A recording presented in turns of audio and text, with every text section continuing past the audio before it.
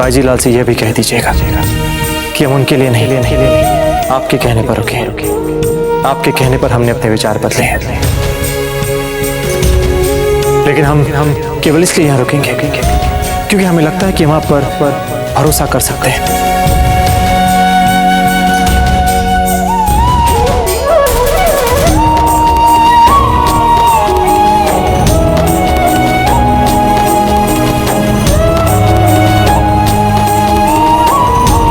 तभी तो हम दोनों इस समय इस लंबे अंधियारे पथ पर साथ साथ चल रहे हैं मित्रों की भांति। आपके कहने पर हमने अपने विचार बदले हैं क्योंकि हमें लगता है कि वहाँ पर भरोसा कर सकते हैं। है आपकी बाईजीलाल? कहाँ है आपकी बाई? क्या वे महलों में छिपी बैठी है? महलों में छिपी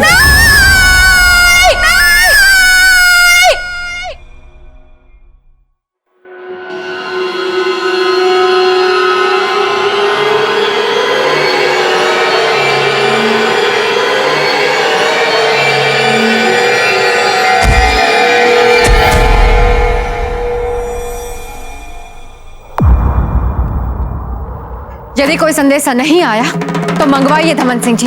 इतने सारे आदमी भेजे थे आपने, कुछ तो हुआ होगा वहां पर, कुछ तो किया होगा उन लोगों ने। हम ये संदेश रावत जी के लिए लाए हैं। नहीं, रावत जी तो नहीं है।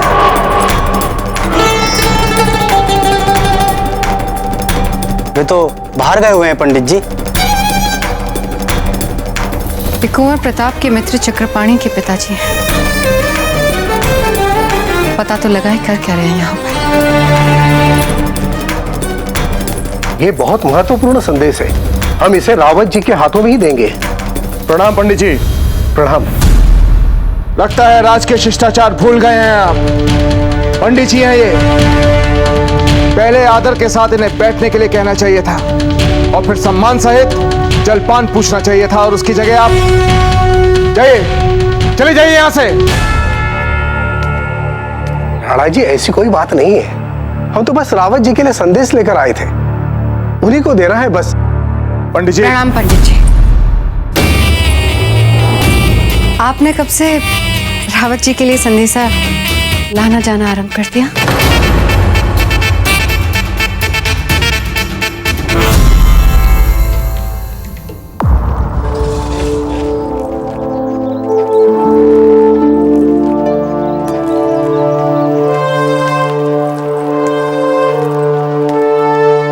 क्या बात है मित्र,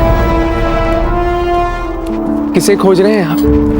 तो आपकी जीजा यहीं पर थी, कहां चली गई अचानक? रक्त बह रहा था उनकी लाट से। रक्त? नहीं तो जीजा तो पूर्ण रूप से ठीक है, किंतु आपको अवश्य उपचार की आवश्यकता है। देखिए तो कितना रक्त बह रहा है आपकी बाह से। वैद्य जी। नहीं, हमें आवश्यकता नहीं है, हम ठीक है। किंतु देखे तो हम ठीक है। तो फिर संभाल कर रखिएगा अपने इस घाव को, ये सदैव आपको मीठी मीठी रक्त भरी स्मृतियों की याद दिलाता रहेगा। ये हम अपने निजी अनुभवों से कह रहे हैं मित्र। अच्छा, हम अभी घायलों की स्थिति देखकर आते हैं, चलते हैं।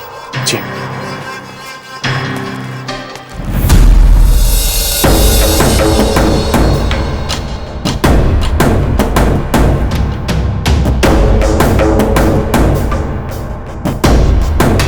क्या कर रहे हैं कुंवर प्रताप? केवल अपने अभियान पे केंद्रित रखें अपना ध्यान। आपके अभियान का अगला चरण है रावत जी से मिलना और उन्हें यहाँ की वर्तमान स्थितियों से अवगत कराना। बताइए ना पंडित जी, कुछ समझ में नहीं आया। आप ठहरे आठों प्रहर कर्म धर्म करने वाले, आपको क्या आवश्यकता पड़ी रावत जी के लिए यह संदेशा लाने की? नहीं महारानी जी, हुआ ये कि हम रावत जी के गांव गए थे पूजा करवाने के लिए, तो उनके घर वालों ने मुझे ये संदेश दिया, कहा कि निजी है, उन्हीं को देना है। आप कहाँ प्रतीक्षा करेंगे रावत जी की? हमें दे दीजिए संदेशा, हम दे देंगे उन्हें। नहीं, हम प्रतीक्षा कर लेंगे। परंतु हम आपको प्रतीक्षा करने नहीं देंगे ना। दे दीजिए हमें, दीजिए पंडित जी। ये किंतु दीजिए।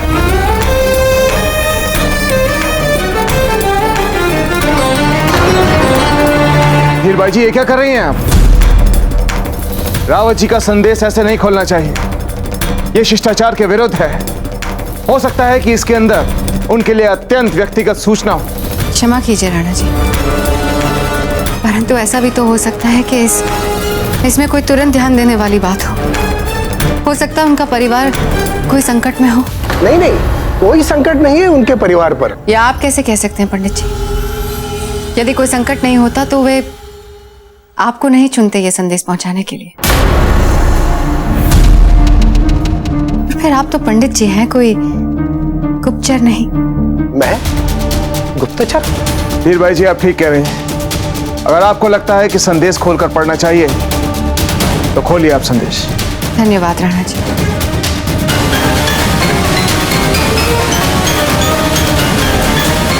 लो, रावत जी आ गए।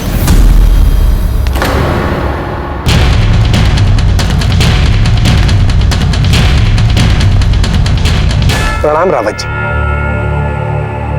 प्रणाम पंडित जी। निजी संदेश लाए हैं हम आपका, दीजिए।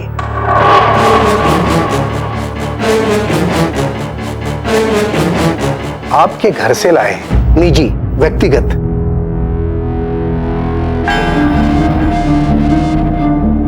यही पढ़ लीजिए ना रावत जी।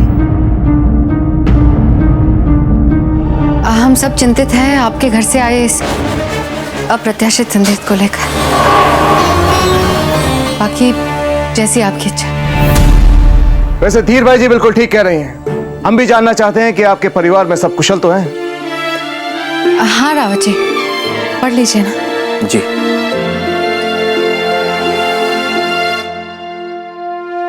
रावत जी, जय मां।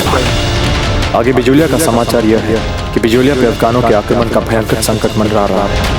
साथ ही बिजोलिया वासी मेवाड़ से बहुत शीघ्र संबंध विच्छेद करने वाले हैं, जिसे हमें रोकना है। समस्या यह है कि इस समय हम राजमहल में किसी पर भी भरोसा नहीं कर पा रहे हैं, क्योंकि निश्चित रूप से वहां बिजोलिया के विरुद्ध कोई छिपकर षड्यंत्र चला रहा है।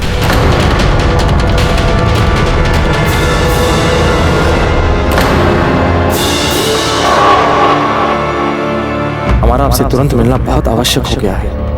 तब तक ये समाचार कृपया आप अपने तक ही सीमित रखें। ताजीरात से भी अभी इस विषय में कुछ ना कहें, क्योंकि उन्हें तुरंत क्रोध आ जाएगा और हमारे लिए ताजीरात को सब कुछ बताने से पहले यह पता लगाना बहुत आवश्यक है कि वो कौन है जो राजमहल में बैठकर षड्यंत्र कर रहा है। रावत जी, सब ठीक तो है ना? जी राणा जी, कुछ विशेष नहीं, बस यूं ही कुछ व्यक्तिगत पारिवारिक बातें हैं। यदि आपकी आज्ञा हो तो क्या इस समय हम यहां से जा सकते हैं? ठीक है, जाइए। अणिखम्मा राणा जी, अणिखम्मा रानी साहब।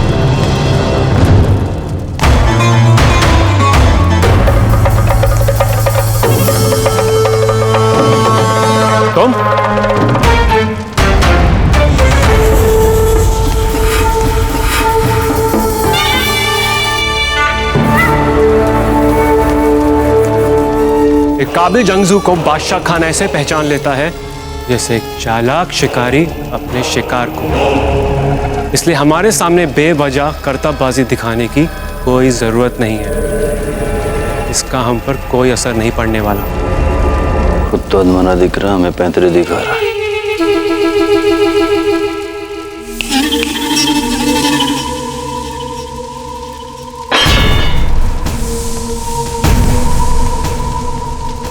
क्या बोला था तुमने? कुछ नहीं हुजूर। कुछ नहीं।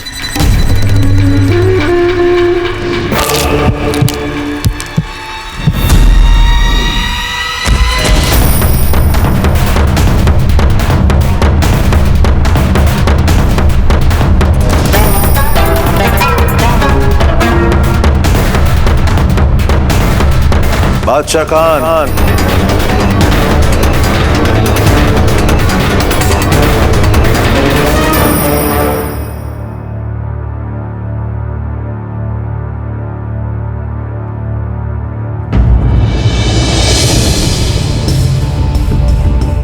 विश्राम करें जगदेव। भाग्यवती, पहले हमें ये बताइए कि किसी ने माँ को ये तो नहीं बता दिया ना कि हम अभी अचेत हुए थे? आप चिंता ना करें, हमने कुछ नहीं बताया। धन्यवाद सौभाग्यवती। हमें तो बस यही चिंता खाई जा रही थी कि कहीं अगर माँ को पता चल गया तो वो बेकार चिंतित हो रही होगी। बहुत बहुत धन्यवाद। परंतु जगदेव, आप हमें तो बता दें, अपने कक्ष में धरती पे इस प्रकार आप अचेत पड़ी थी, हुआ क्या था आपको?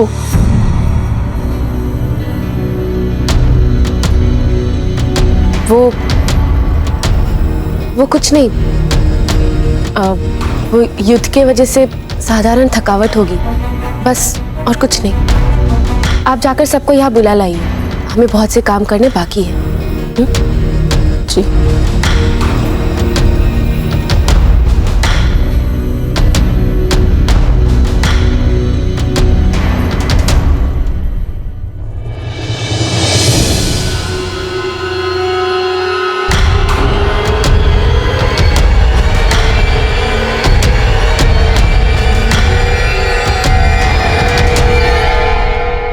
आपके सामने इस गुस्ताखी के लिए मुआफी चाहते हैं शहंशाह, पर इसने बदजुबानी से हमारी बेइज्जती की थी।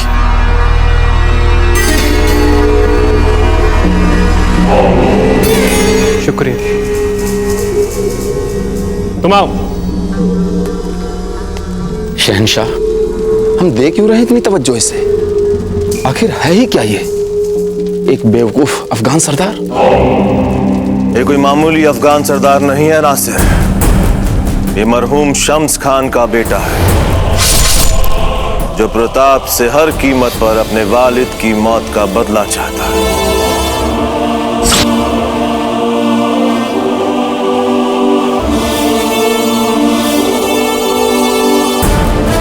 आपको कैसे इतनी बातें पता चल गई इसके बारे में शहंशाह? आप तो बस अभी अभी मिले हैं इससे, और आपका दिया हुआ हुक्म हमें समझ में नहीं आ रहा है शहंशाह कि हमारे सिपाही अफगानी वेश में राजपुताना क्यों जा रहे हैं?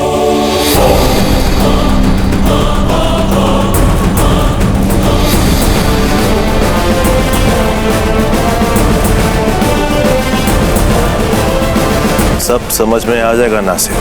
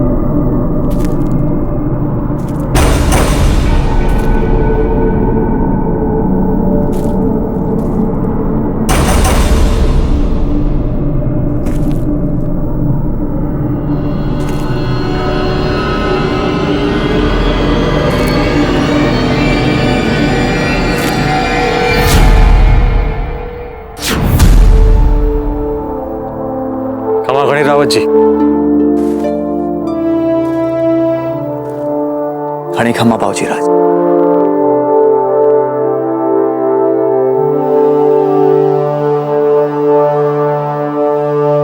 बाबूजी राज,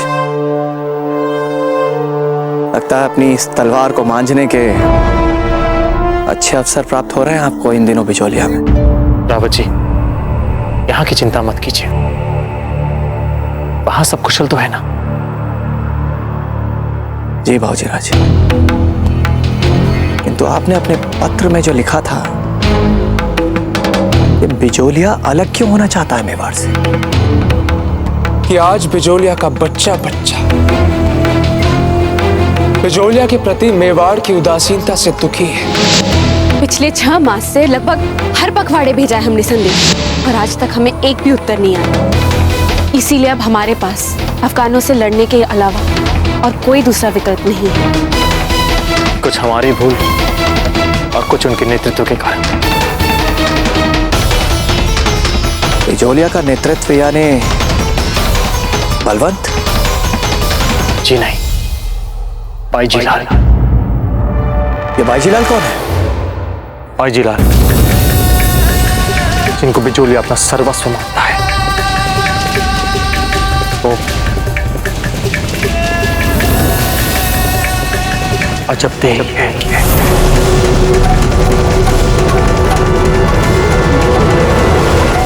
आज बिचौलिया की इस अभूतपूर्व त्याग और बलिदान से हम अपने परीक्षा की घड़ी में यथोचित स्वर्ण मुद्राएं अर्जित कर पाए हैं। और अब समय आ गया है कि बिचौलिया की प्रजा के इस निस्वार्थ त्याग के लिए हम उन्हें वो दे जो वे चाहते हैं, अपना स्वाभिमान, अपनी स्वतंत्रता। हाँ रावत जी, अजबदेही चाहती है कि बिचौलिया मेवाड़ से स्वतंत्र हो जाए। ऐसा होगा नहीं, हम ऐसा होने देंगे नहीं। अब बिचौलिया की प्रजा और वर्षों से उसके मेवाड़ से स्वतंत्रता के इच्छा के बीच कोई नहीं आ सकता। इसके लिए हमने स्रोत तो एकत्रित कर लिए हैं चीजें। अब हमारा अगला पक क्या होगा? बिचौलिया का वार्षिक मेला? हाँ, हमें आशा ही नहीं परंतु पूरा विश्वास है कि इस बार जिस प्रकार आपने मेले का प्रचार किया है अपने साथियों के साथ, दूर दूर से अश्व विक्रेता और हथियार विक्रेता अवश्य दूसरे व्यापारियों के साथ हमारे मेले का भाग बनेंगे, और फिर हम इनका लाभ उठाते हुए अपनी सेना के लिए सर्वश्रेष्ठ अश्व और हथियार खरीदेंगे। और फिर आप और अश्वपालक सरलता से सेना को सुदृढ़ बना सकते हैं। हम अकेले ही बिना उस अश्वपालक के सेना को सुदृढ़ बना सकते हैं जीजा। पत्ता, आप बिल्कुल बच्चों वाली बातें कर रहे हैं। हम सबको उस अश्वपालक पर भरोसा करना चाहिए। बाबूजीराज, आपको क्यों ऐसा लगता है कि ऐसा नहीं होगा? ये भली भांति जानते हुए भी कि अजबदेह का कितना सम्मान है बिचौलिया। हम बाईजीलाल के किसी महत्वाकांक्षा पूरा होने नहीं देंगे। हम चट्टान बनकर बाईजीलाल और बिचौलिया की स्वतंत्रता की महत्वाकांक्षा के बीच आ जाएंगे। हम ऐसा नहीं होने देंगे रावत जी, हम ऐसा नहीं होने देंगे।